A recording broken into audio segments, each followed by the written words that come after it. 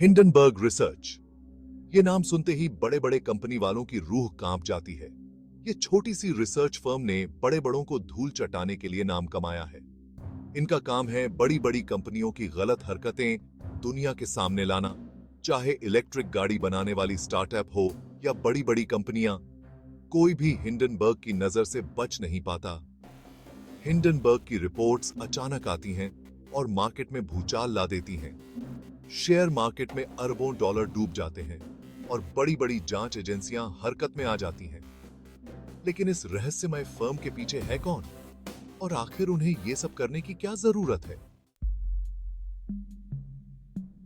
Nathaniel Anderson, Hindenburg research के मालिक, एक ऐसा नाम है जो वित्तीय दुनिया में रहस्य और विवाद का पर्याय बन चुका है। रहस्य से भरे हुए इंसान हैं। उनकी कहानी जितनी दिलचस्प है उतनी ही जटिल भी। कभी एम्बुलेंस चलाने वाले नथानियल ने इंटरनेशनल रिलेशंस में डिग्री ली है। यह एक असामान्य शुरुआत थी, लेकिन उन्होंने इसे अपने फायदे के लिए इस्तेमाल किया। इनका सफर बिल्कुल फिल्मी है। एक साधारण नौकरी से लेकर वित्तीय दुनिया के शीर्ष तक का उनका सफर प्रेरणादायक है। पहले हेज फंड में काम किया, जहां उन्होंने वित्तीय बाजारों की गहरी समझ विकसित की। फिर फाइनेंस कंसल्टिंग फर्म में, जहां उन्होंने विभिन्न कंपनियों के वित्तीय स्वास्थ्य का विश्लेषण किया। और फिर 2017 में अपनी खुद की कंपनी हिंडनबर्ग रिसर्च खोली। यह कंपनी जल्दी ही वित्तीय दुनिया में एक महत्वपूर्ण नाम बन गई।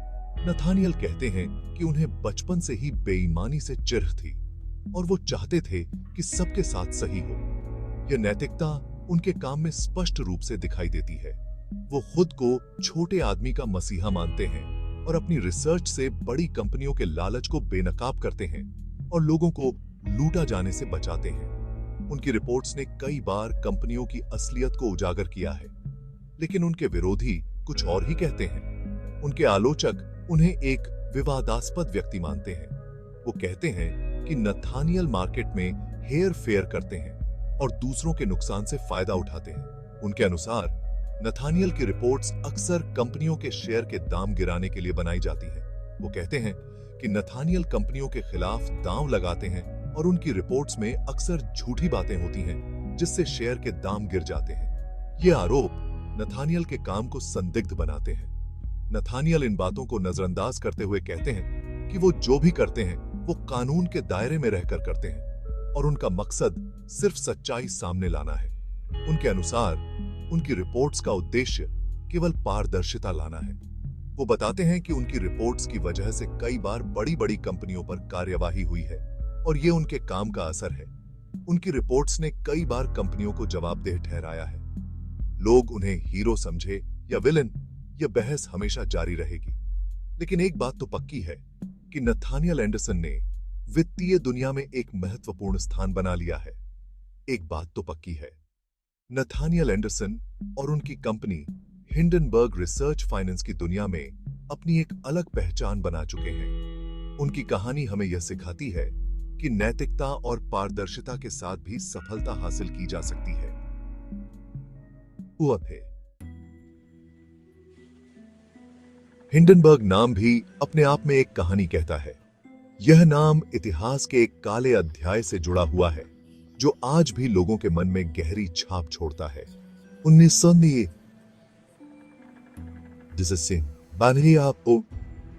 में हिंडनबर्ग नाम का एक हवाई जहाज हादसे का शिकार हो गया था। यह हादसा इतना भयानक था कि इसे आज भी एक चेतावनी के रूप में देखा जाता है। जिस तरह हिंडनबर्ग हवाई जहाज, जो तरक्की और नई सोच का प्रतीक था, एक भयानक हादसे का शिकार हो गया, ठीक उसी तरह नथानियल का मानना है कि जिन कंपनियों को वो अपना निशाना बनाते हैं वो भी झूठ और फरेब के सहारे खड़ी हैं और उनका भी यही हश्र होगा। नथानियल का यह दृष्टिकोण बहुत ही कठोर और स्पष्ट है। यह तुलना बहुत ही गंभीर है और आलोचकों का कहना है कि यह सही नहीं है। आलोचक मानते हैं कि इस तरह की तुलना से कंपनियों की छवि को नुकसान पहुंच सकता है और निवेशकों में डर पैदा हो सकता है। इसके अलावा कुछ फाइनेंस एक्सपर्ट्स हिंडनबर्ग ओमेन के बारे में भी सवाल उठाते हैं। यह एक विवादास्पद सिद्धांत है जो शेयर बाजार में गिरावट का पूर्वानुमान लगाने का दावा करता है। हिंडनबर्ग ओमेन एक तरीका है जिससे शेयर बाजार में गिरावट का अंदाजा लगाया जाता है। यह सिद्धांत कई बार सही साबित हुआ है, लेकिन इसे पूरी तरह से विश्वसनीय नहीं माना जाता।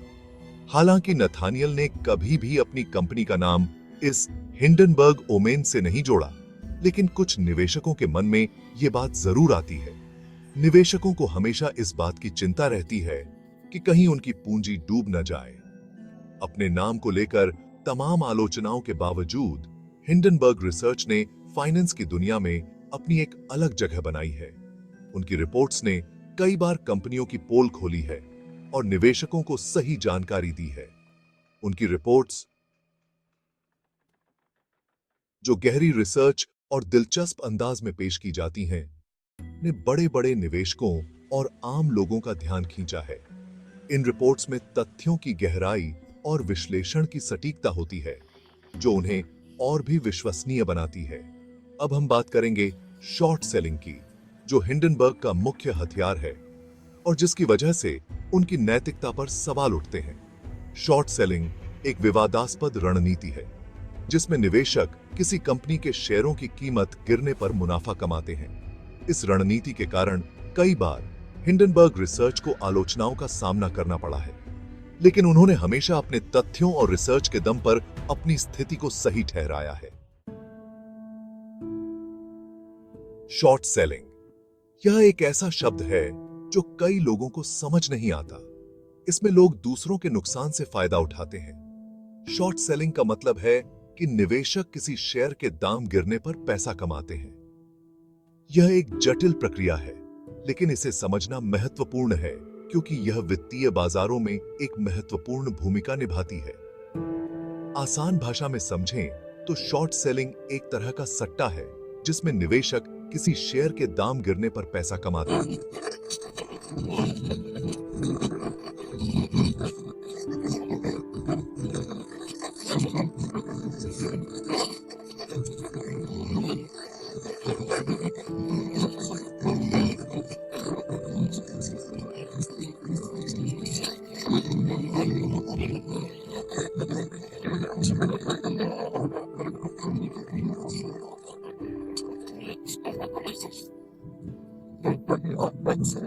शॉर्ट सेलर उसे कम कीमत पर वापस खरीद लेता है, उधार देने वाले को वापस कर देता है और बीच का मुनाफा अपने पास रख लेता है।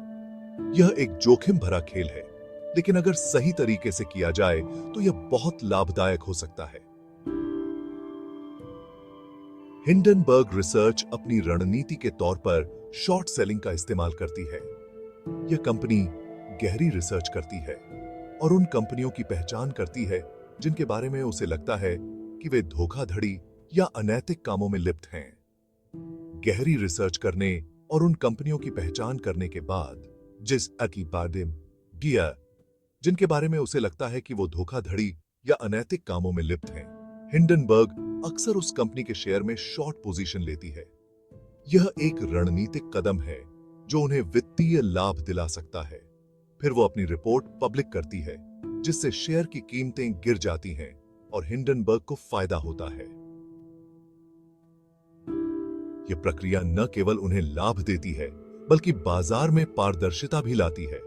यह तरीका कानूनी है, लेकिन इससे मार्केट में हेरफेर हो सकता है। कई बार शॉर्ट सेलिंग के कारण बाजार में अस्थिरता आ सकती है, जिससे निवेशकों को नुकसान हो सकता है। आलोचकों का तर्क है कि हिंडनबर्ग की रिपोर्ट्स भले ही अच्छी तरह से रिसर्च की गई हो, एक झूठी तस्वीर बना सकती हैं, जहां सिर्फ नेगेटिव जानकारी पब्लिक करने से शेयर नीचे गिर सकता है, भले ही कंपनी अच्छी हो। यह एक नैतिक दुविधा है जो वित्तीय बाजारों में हमेशा से रही है। हिंडनबर्ग का कहना है कि वो सिर्फ अपनी रिसर्च का इस्तेमाल करके मार्केट को जोखिमों से आगाह करते हैं और कंपनियों को उनके कामों के लिए जवाबदेह बनाते हैं। उनका मानना है कि उनकी रिपोर्ट्स निवेशकों को सही जानकारी प्रदान करती हैं।